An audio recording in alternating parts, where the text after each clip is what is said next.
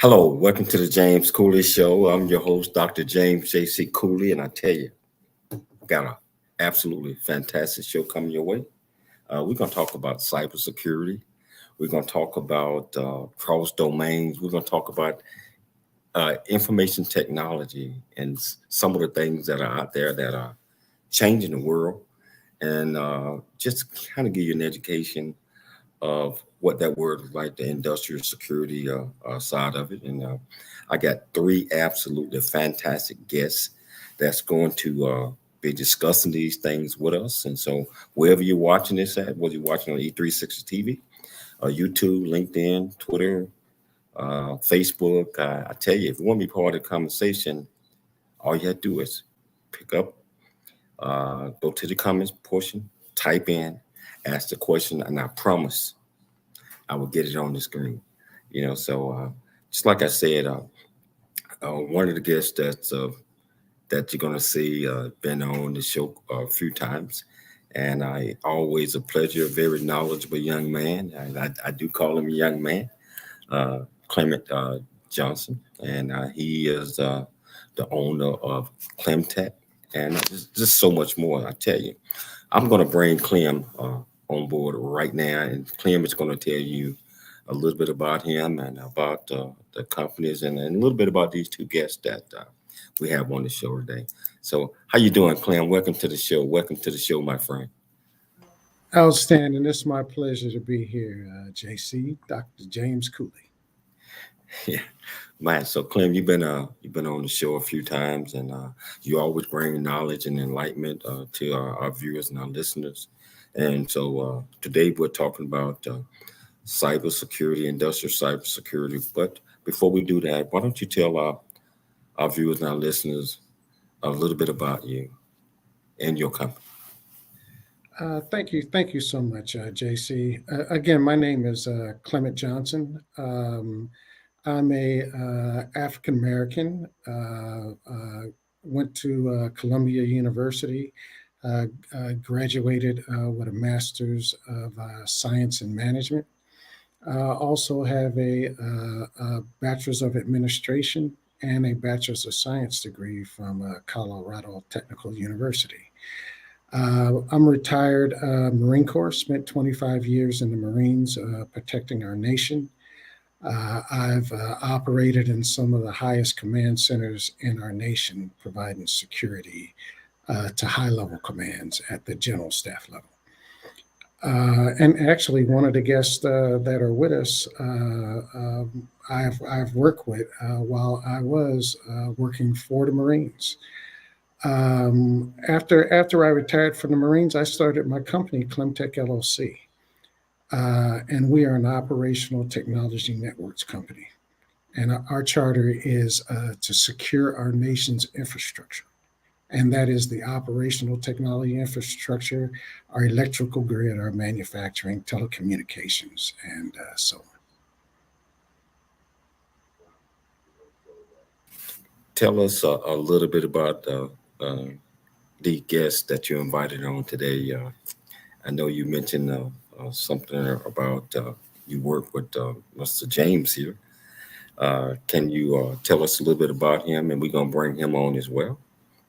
Yes, actually, I have two guests coming on today, Mr. Sam Leong and James Newsham.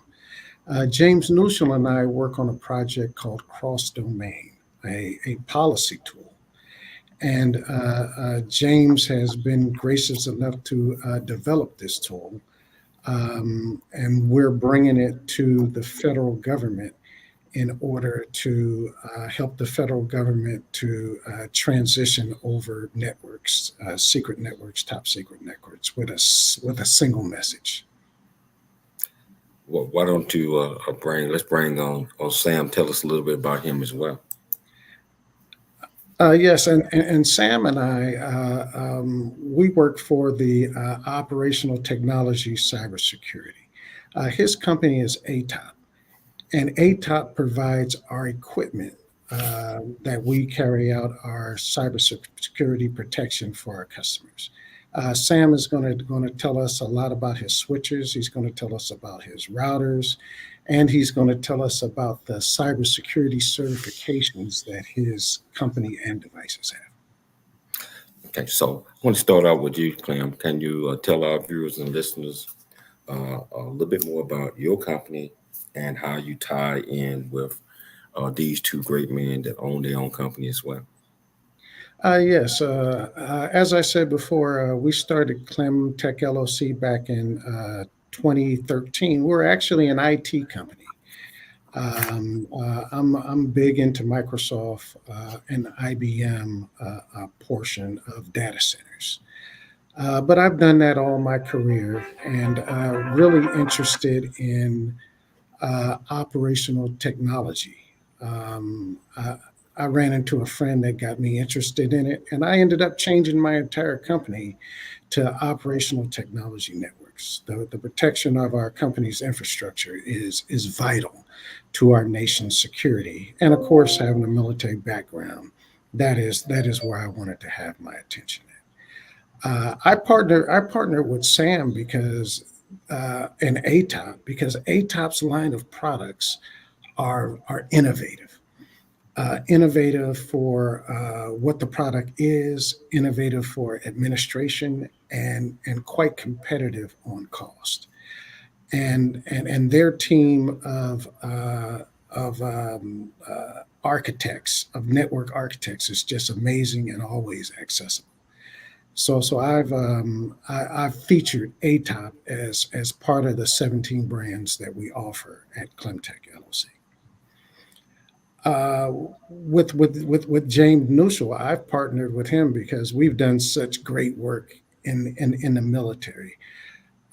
Whether it be products such as fielding SRW radios in Afghanistan, to working in a COC to expand their combat operations centers, and these are high level combat operations centers.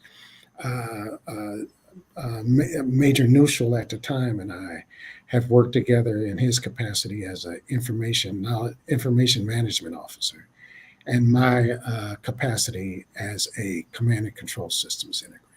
And all that has integrated into my company, Clem Tech LLC, which is why we're such an innovative company because of my background and my studies. Wow. Hey Sam, tell me a little bit about you and how you got started with your company. Hi. Hi everyone, and hi, Dr. James. I'm Sam from Taiwan. Okay. We actually the company has been started in 30 years ago. So I'm a sales rep actually. I'm a sales rep from ATOP. So what we have been expertise, we have the expertise in the industrial networking, so to speak. Like what Clem said just now, we have a very complete portfolio in different industries, smart grid, transportation, marine, smart cities, etc. And on top of that, because we are also seeing a trend on the rising concern on cybersecurity attack, so our approach or our direction of our company is actually on cyber securing the network of our client, because we have been in the industry for 30 years. We have been ODM for some major or world-renowned networking brands. Okay, so we understand the pain points. We also see that the end users have a certain concern, especially when it comes to this IT/OT convergence. The concern on the cybersecurity attack is really alarming. That's the approach that we are taking. And oh, by the way, I'm based in Florida. So later, I'm going to show you some samples and some portfolios of our product and how do we partner with Clem in order to secure our clients or Clem's client. Wow, very interesting. Hey James, can you tell us a little bit about your company and when did you establish it and just some of the things that you all are doing? Absolutely. First off, great to be here. Thanks a lot, Clem, for arranging this. My company, essentially, if you go to my website, I've been thinking of updating it, but it's still pretty accurate. I just continue the work that I began while I was a Marine officer. And I was extremely fortunate in my career, depending on how you look at it. But we were able to do a lot of very interesting things. So essentially, as long as I'm still useful to the Marine Corps, I continue to work for them as a contractor.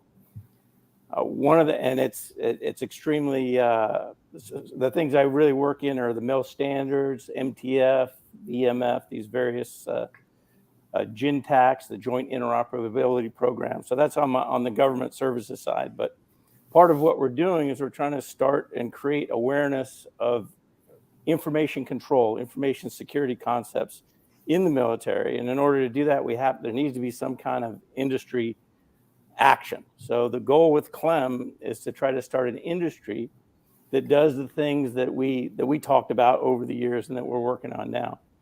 When I met him, we were building command operation centers in extremely dangerous places to do extremely dangerous things, and it was very difficult to change a lot. But one of the things we knew, and this is kind of a mantra in military acquisitions, is that most of the time we're doing what our systems allow us to do instead of doing what we need to do. So we don't really have a system that allows us to tell our systems what we need and then have it then do that. Now, when you start talking about security, specifically information security, everything's invisible. So it's really very difficult. It's as John Keegan said, he says, wars in the future will be fought in Never Never Land, because it's something to that extent, meaning that we're not going to be able to see everything that's happening. So what we're going to have to rely on is what we tell our systems to do. Do we know what we want them to do, first of all, and have we told them? And then after that, we have to verify that they're doing it properly. So there's a giant reporting angle on that. And this really has to do with requirements that go above DOD. They have to do with the Office of the Department of National Intelligence, because they own the security requirements for the nation. And we also do work with NATO, and it's the same with any free country. The actual security requirements are not owned by the defense organization. They're owned by a higher entity. So again, the specification process and the verification process is becoming much more important than just the technical part. You need to have the technical part, and that's why working with people like Sam is extremely important. The systems have to work and they have to be tested. But at the end of the day, if the commander says what he needs and then can prove that he gets it, that's the final result desired. That's really what we're after. Wow. So the information control policy tool is really a tool for that command staff to ask for what they want or to demand what they need. And these demands are going to be based on OD&I information security principles. So there's really no way to say, well, maybe you don't really need that. They're going to need it, and if it doesn't happen, the systems aren't going to be allowed to work. And this is, a new and frightening future that we have to plan for and work on. So hold that thought right there. We had to take a station break, but you are absolutely on target. Especially when you were saying that we're kind of like fighting blind wars and our systems and technology had to be updated. I tell you, we're going to take a station break. We're going to come back and we're going to pick it up with these three great gentlemen shortly after the break. It's Your Life. I'm Dr. James J.C. Cooley. We'll be back shortly after the break. I never wanna leave. Yeah, I'm right where I wanna be. We got something you and me. And I can't get rid of this feeling. Just like a magnet, we're just like a magnet. The things we have can be taken for granted. Now I know that it has always been you.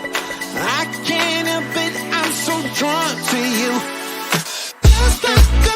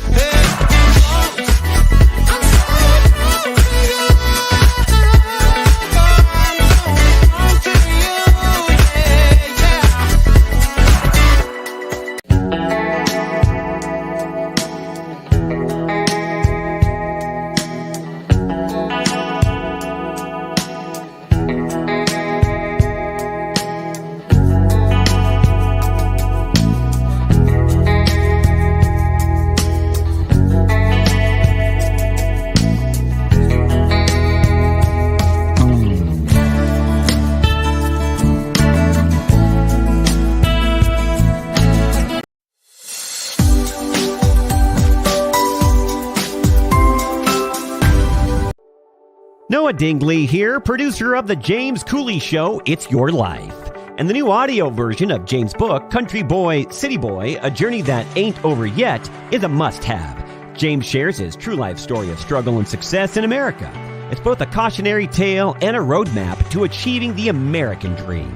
Get the new audio version of Country Boy, City Boy, A Journey That Ain't Over Yet by James Cooley on Amazon.com or wherever audiobooks are sold.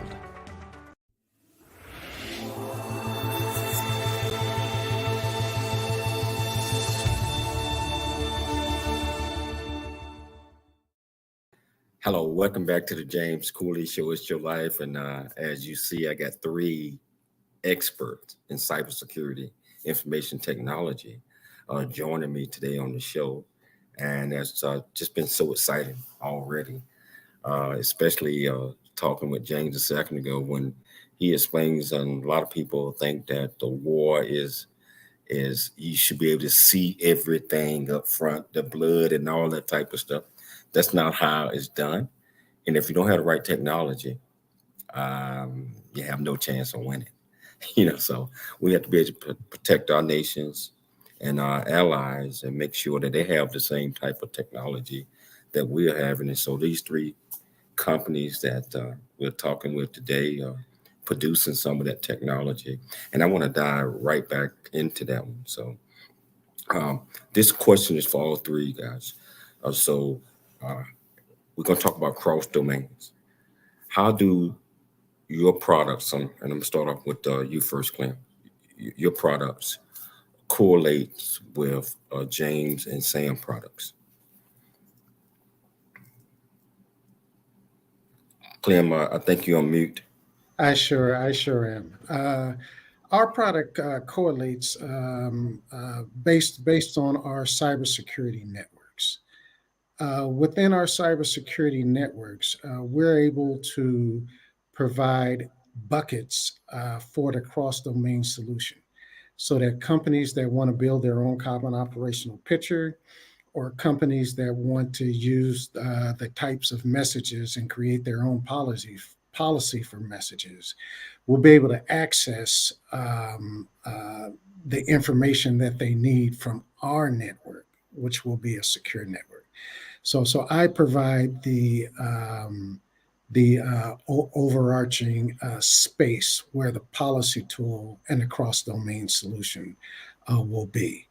Also, we provide the ability to monetize the solution in order to monetize it for services so that we can give educational training.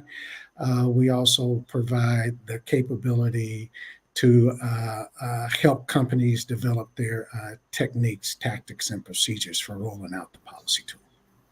What about yours, Sam? Talk to us a little bit about your products. So the way how our product fit in is that first off, all our products are being manufactured and developed by us. So we have a very strict control on the process.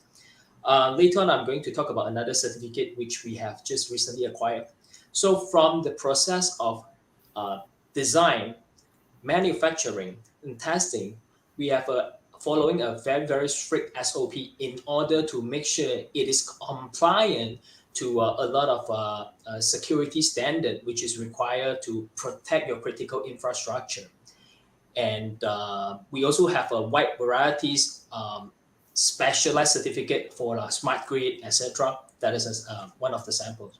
Yeah. What about you, James? Tell us about your cross-domain, you guys' processes and systems. Well, as Clem has described, and Sam, there's long lists of things that have to be done in order to employ systems in a secure environment.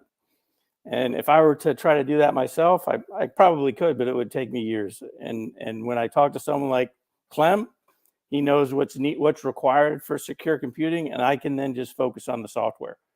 So that's really what it is. I'm on the software side, the information side, but I have full confidence that if my software is put on a system that Clem approves, then it will meet all the OD&I requirements and all of the DoD security requirements, and also public requirements that NIST is imposing now. So that piece is I think it's always going to be there. You're always going to have a guy who knows how to set the systems up in such a way that they can't be compromised. So and I think it's a big industry. And one of the things we want to try to do is encourage more people to get involved. Absolutely. So Sam, you mentioned about industrial control systems. Are these systems vulnerable to cybersecurity attacks? If so, explain why. Yes, definitely. I'm just giving like a few sector, for example, like smart grid, substation, oil and gas. A lot of this industrial control system, they're actually being designed like decades ago. We have a need to feed. So, however, they are running on legacy protocols with no encryption or security mechanism. But it could be a very little concern in the past. However, that's because all these network pieces, they are not being connected, right? The IT OT convergence is not being come in yet, so it is far from reach from the global network. However, right now we are talking about IT OT convergence. We need to collect data, to monitor for notification alert, collect data for visibility purpose of remote management. Now that IT and OT has been interconnected, the hackers, they have a window, like 24/7 window to attack you if you don't have the proper mechanism or product or service or expertise to help you to safeguard your OT environment. That is a very alarming situation. So Clem, how do he mentioned IT and OT? And that's, you're talking servers, you're talking hardware, you're talking software, or you just how do you all go about protecting these platforms, Clem? Well, there's several ways and several schools of thought in protecting networks. Networks are protected using the standard IT, the Cisco's, the Palo Alto's, the Fortinet types of security devices. They're also protected with other standalone devices where they just come off of the network and you just don't allow your equipment to go on the network at all. And then there are companies that have specific devices and specific solutions that are specifically designed for operational technology networks. And what these solutions do is it only provides the networking capability that OT needs, which in turn alleviates some of the administration that your staff would have to do on the network, thereby reducing the amount of staff and reducing the amount of overhead, which for a company is an improvement on their return on investment.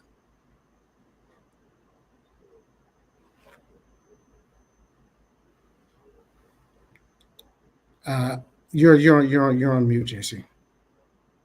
Sorry about that. I said, James, we talked a few minutes ago about cross-domain policies. Can you go into a little bit more detail of that? And also, let's talk about the XML files and exactly what that is, so our viewers and listeners can get an understanding of that. Absolutely. As Sam was talking and Clem was referring to, there's going to be long checklists of things that systems have to do. And each of those things, there's going to have a piece of data associated with it. The systems are going to have to make reports. So there's several things that the hackers can do. They can go ahead and hack the system and make the reports right when they're actually wrong, or they can attack the reports. So there's various ways to protect information, such as reports on how a system is working. And one of these, the one that's the most popular or the most required in the government and DoD, is owned by the Office of Department of National Intelligence, is called Trusted Data Format. And it relies on XML formats and associated formats.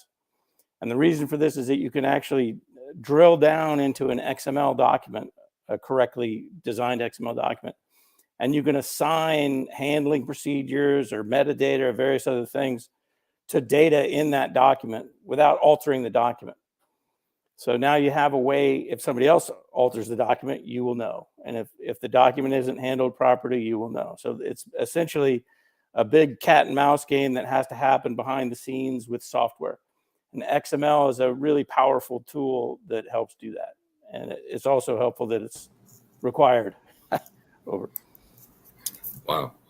This is a lot of great information. And I think that we're educating the public that do not know what these things is. I mean, they just most of the time just think the software is just doing everything by itself, but it's actually guided by whoever inputting the data and protecting the data. So Sam, you talked about manufacturing a little bit. How are cyber related incidents impacting the manufacturing industry? Sure.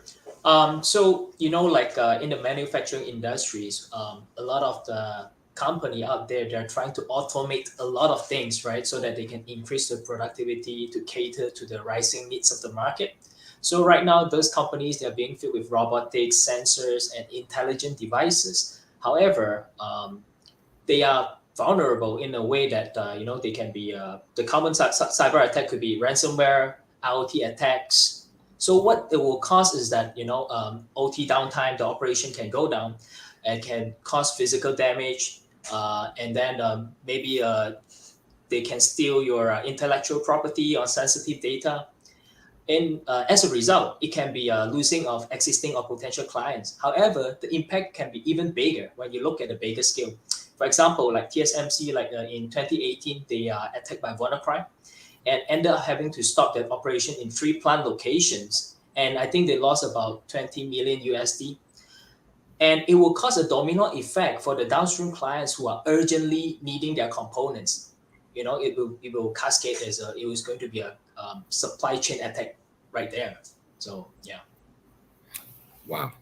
I'll tell you, we're going to take a station break. We're going to come back and we're going to pick it up because this is exciting. Anytime you're talking about technology, anytime you're talking about the things that we do to protect our great country and our industries are so important. And if you want to be part of the conversation, all you have to do is just go to the comments, ask either one of these great gentlemen any question you want, and I promise I get it on the screen. It's Your Life. I'm Dr. James J.C. Cooley. We'll be back shortly after the break.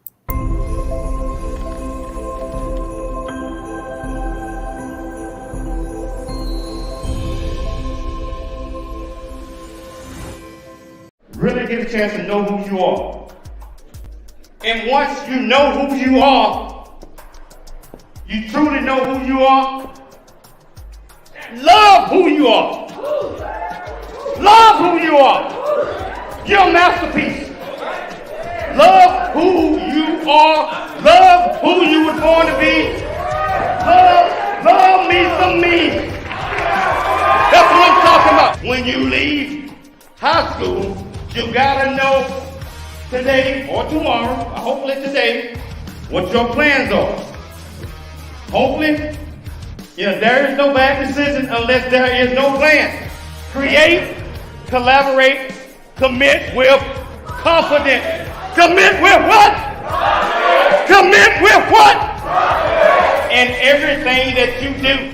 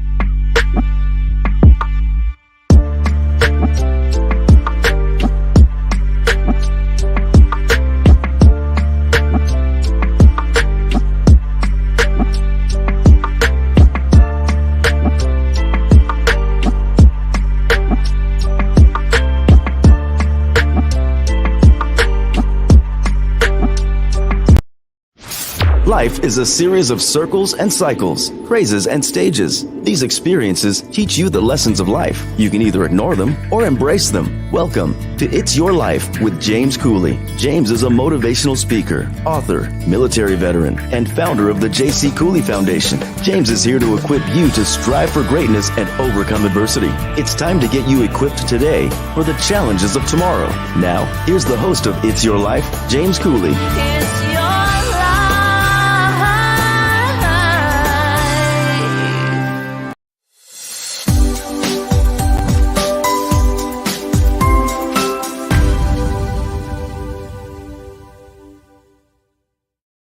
Hello, welcome back to It's Your Life. I'm your host, Dr. James J.C. Cooley, and I tell you, I'm a cybersecurity guy. Used to be myself, and the things that these young men are talking about is so incredible because this is how we protect our country. This is how we protect our companies. This is how we protect our industries out there, commercial and militarily, with the products that they are creating and making available, not just to the United States, but I'm sure around the world. So I just want everybody to sit back and just continue to understand these three great men and the topics and the things that they're talking about, because it's only going to bring more excitement and more knowledge and understanding to you. So if you want to be part of the conversation, whichever platform you're watching this on, all you have to do is just go to the comments, ask either one of these great gentlemen any questions that you want, and we'll get you an answer. Hey, Clements, so let's go back to a lot of the things that you're doing, because I know you're doing a lot of great things. Who are some of your customers? My customers, as Sam kind of related to, involve automation of IoT, Industry 4.0. So that would include the manufacturing companies. It also includes power and substation, the electric companies. We provide operational technology, switches and routers, and other kind of equipment to them. We have special equipment that's built for outdoor use, for railway and trackside. So we do train stations. We do on top of buses, your bus internet, when you can use your phone inside of a bus. We're providing those type of systems. We also do smart city. Smart city being connecting your city, whether it be your gas meter, whether it be your energy that you're plugging into your car to plug up your electric car. We provide our switches and routers for collection of data for the oil and gas industry. We collect data on their devices, whether it be a pipeline or whether it be a storage container. And they take that information and they monitor those types of sites, and they generate new revenue streams from the data. So those are pretty much the industries that we're in.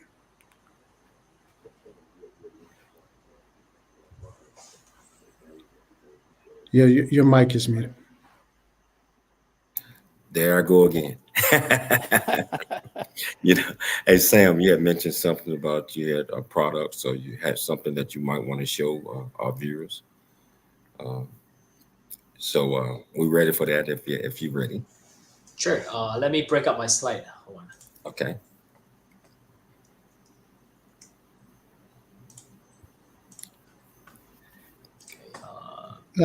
JC, while Sam is breaking out his slide, just real quickly for the audience, I'd like to say, when you pick up your cell phone and it works, you can make the call you need to make. When you turn on your computer and your computer works and you're able to collaborate, you're able to do videos just like we're doing right now. There's teams of thousands and thousands of professionals that are behind the scenes making sure that works. It doesn't have to work. In the United States, we have the luxury of being able to put all this together in action. In countries around the world, when we're dealing with hacking, when they're dealing with bad state actors, it is very difficult to manage the accessibility that their population will have to something as simple as the internet. And you're absolutely right. I mean, it's just, a lot of people just pick up the phone, they pick up whatever device that they have, they think it's just magical happening. But it's a lot of other folks that are a part of the processes to make sure that everything is seamless and that you're able to communicate accordingly to whichever devices that you're on. So, Sam, are you familiar? Oh, there you go. There you go. All right. Can you guys see the slide? Yes. Okay. So I'm just going to illustrate like our company portfolio in one slide. So if you're looking at our cybersecurity proposition, let me see if I can bring up my mouse on the screen of my pointer. Okay. So we have this we call data, which I'm going to explain more later. So basically, this is a unidirectional gateway. Actually, it is Gartner ranked it as a safer mechanism compared to firewall, which is a very safe mechanism that can be used in critical infrastructures. And on the other hand, we have 5G routers that is going to because we are talking about 5G generation. We want fast data for high definition surveillance for critical infrastructures. And then we also have like the switches. MACsec switches is something that can encrypt your data when it's being passed from one end to another end, so no one can eavesdrop it. And then we have protocol gateway that can. These are the devices that can be used in the smart grid substation. Because our product proposition, really, we cover all the sectors from, we try to provide a very complete portfolio to safeguard the user's environment. And then we have level 2, level 3 switches. Of course, these are just a general slide. We can have different model switches for different applications, for different sectors, transportation and smart grid, they can be using different sectors. And we have this, let me just go to this certification. These are all the certification that we already achieved, and we're going to get it shortly. These are for smart station specific. And these are the 62443, which means, go back to my point just now, like from the manufacturing, design, testing, and everything, it is all being ensured that it is safe and has the built-in features that is needed to safeguard your user environment. Wow. Yeah. This is interesting. So what this platform, this proposition that what type of companies would be utilizing this? It can be a substation, a utility company, water treatment plant. And for this data specific, it can be even used in financial sector. Because really our product is aimed to be used in industry in a way that it is built like rugged. It can withstand a wide range of temperatures, and it have a very long lifespan. It is a fanless design. You can if you have fan, you will introduce a lot of dust, right? That's why the lifespan is a bit shorter. So yeah, and transportation. Oh, okay. Wow, that's interesting. James, so we talked a few minutes ago. I want to get back to how can government and businesses get involved in the purchase of your cross domains. So can you tell them a little bit about that? Yeah, well, and part of the intent of the presentation is to try to illustrate it and open it up. The interesting thing about software that does this kind of thing is it has to, by nature, it has to be relatively simple and understandable. So creating products like this is not super advanced and difficult. It's something that's manageable. And it's the kind of thing where if you get entry-level programmers or entrepreneurs started on it, they'll pave the way. It's just not all that difficult. It's an extremely hard problem, but the solutions available are not that difficult. So that's kind of what we're trying to encourage with the involvement. And if you look around in the world, you see a lot of it happening already. It's just a matter of associating the similar things and applying them. You know, are there any exercise or demonstration plan for those cross-domain solutions?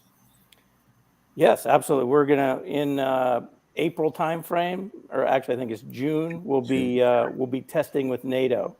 There's a big coalition exercise that does it, and the purpose of that is to consolidate on the objective of a military capability, and also demonstrate to our partners and service coalitions a potential way of doing it in the military. It's as Clem and Sam point out, in the military and in conflict, it's even more difficult than in the mainstream. So it's much more challenging. But part of doing that gives the approach basis, and then we can encourage people on the commercial side to do it. It's kind of the military grade concept. Wow. You know, this is such great information. We'll have to take another station break, but we're going to come back and we're going to pick it up. We're going to continue. If you want to be part of this great conversation, all you have to do is go to the comments, ask any questions you like. It's Your Life. I'm Dr. James J.C. Cooley. We'll be back shortly after the break.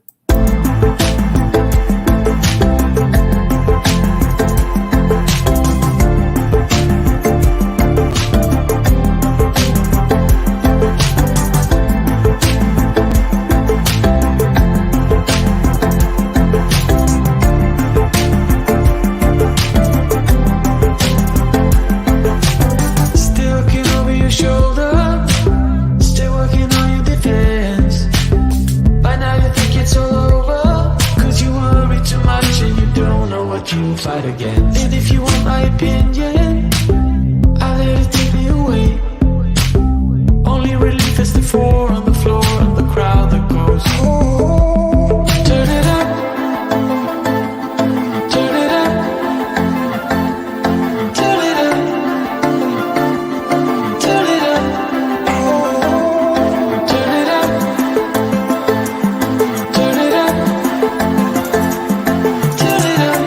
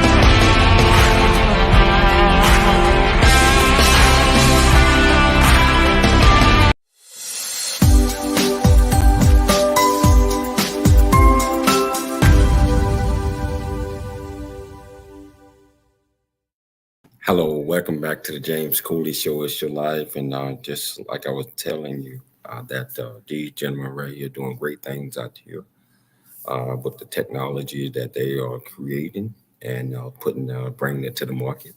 And it's going to continue to expand and continue to bring new technologies out there. You know, so if you want to be part of the conversation, just go to the comments and ask any question you like.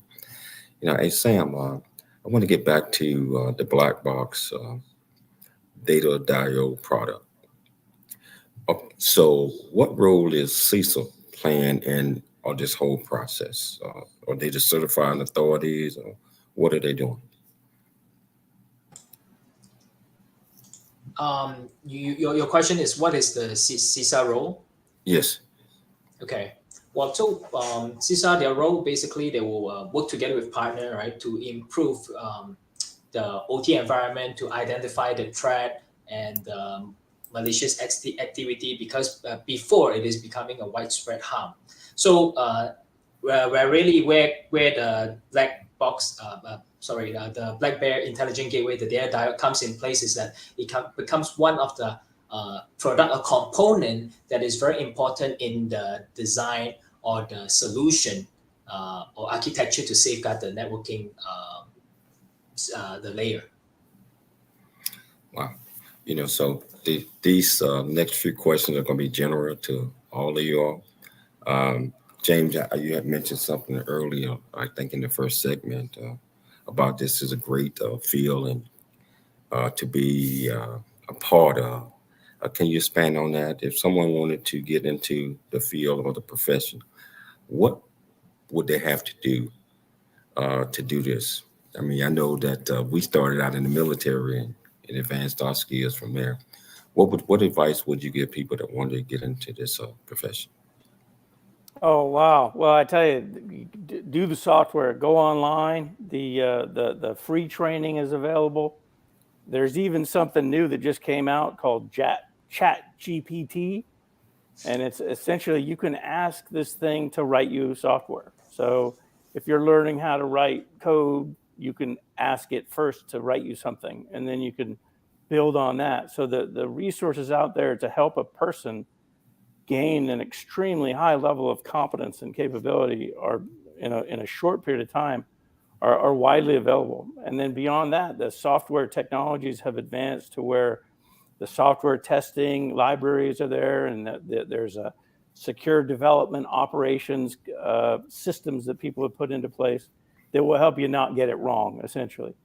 So it's a great industry, and now we see a lot of the big tech. You see the layoffs and things like this. This is not necessarily because the economy is going bad. It's because they got a lot of smart people that they locked up doing their one thing. And they understand that if they let those guys go, the industry is going to get even more dynamic and grow faster. So it's just a great period of time to be doing this sort of thing. Over. What advice would you give Sam if people wanted to get off into this and do some of the things that you are doing? I would think that start reading the news, because before you start something, you must have the motivation. Like, why would you want to do that? If you see that it is a rising concern, there will be a tons of opportunities out there. Like I think clearly the cyber attack is a rising concern.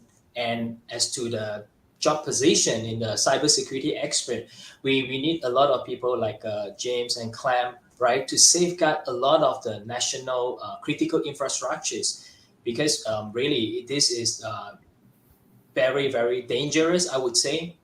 I'm just giving an example. Like, for example, when smart grid gets attacked during the winter, right, it can get very, very disastrous for the people. So we need people to protect and safeguard the networking layer to reduce the vulnerabilities of the system. What about you, Clem? What is your advice? My advice is to understand what operational technology is. And it's different from information technology and from the IT field. Although the equipment kind of mirrors in look, kind of mirrors in action, it is different. A SCADA system is different from an IT system. There are not many institutions that are specifically teaching SCADA. So normally, if you're an IT professional and you want to get into the OT arena, you would go to a company that does SCADA systems, a company that does networking, and they will transition you from IT to OT.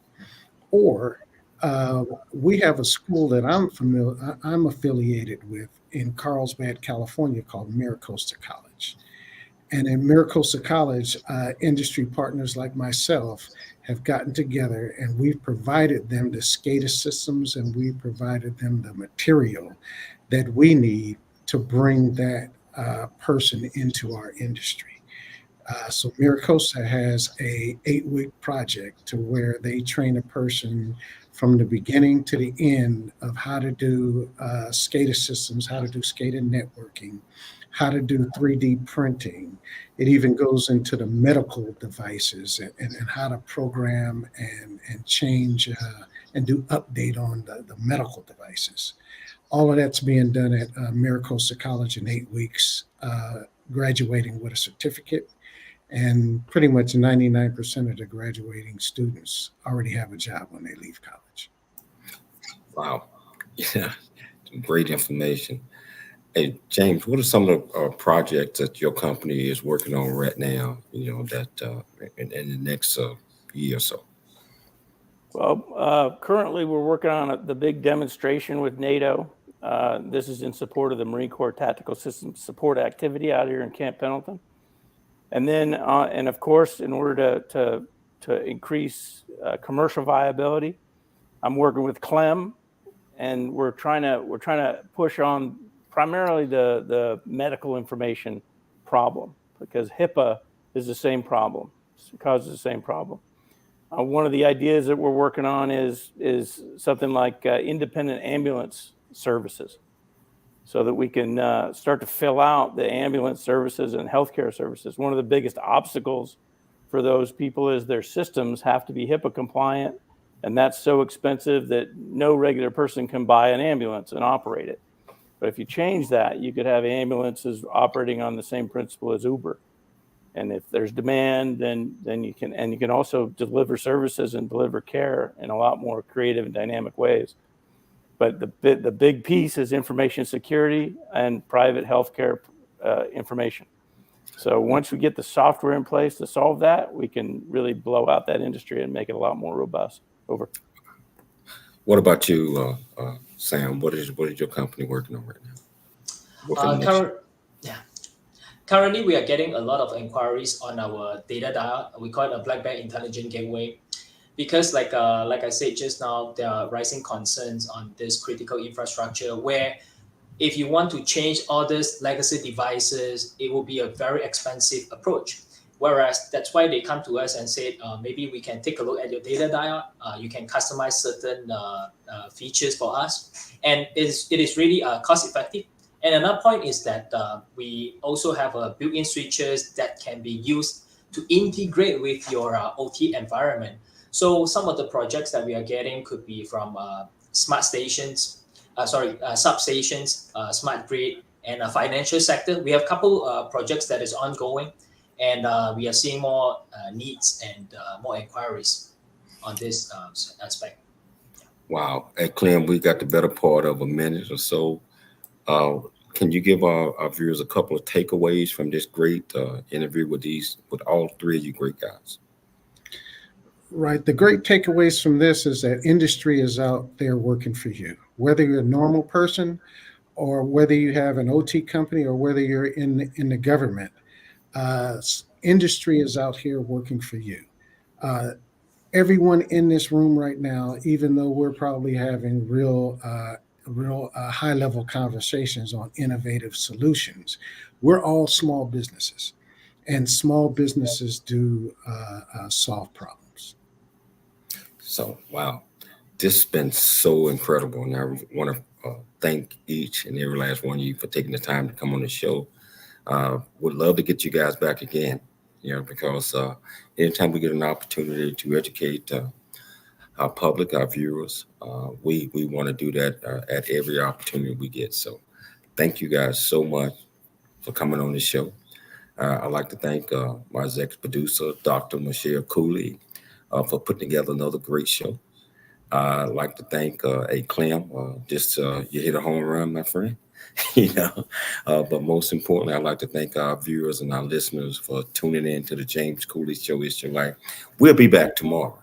Same time, same place. Always dream big, think big, and be big at everything you do. We'll see you tomorrow.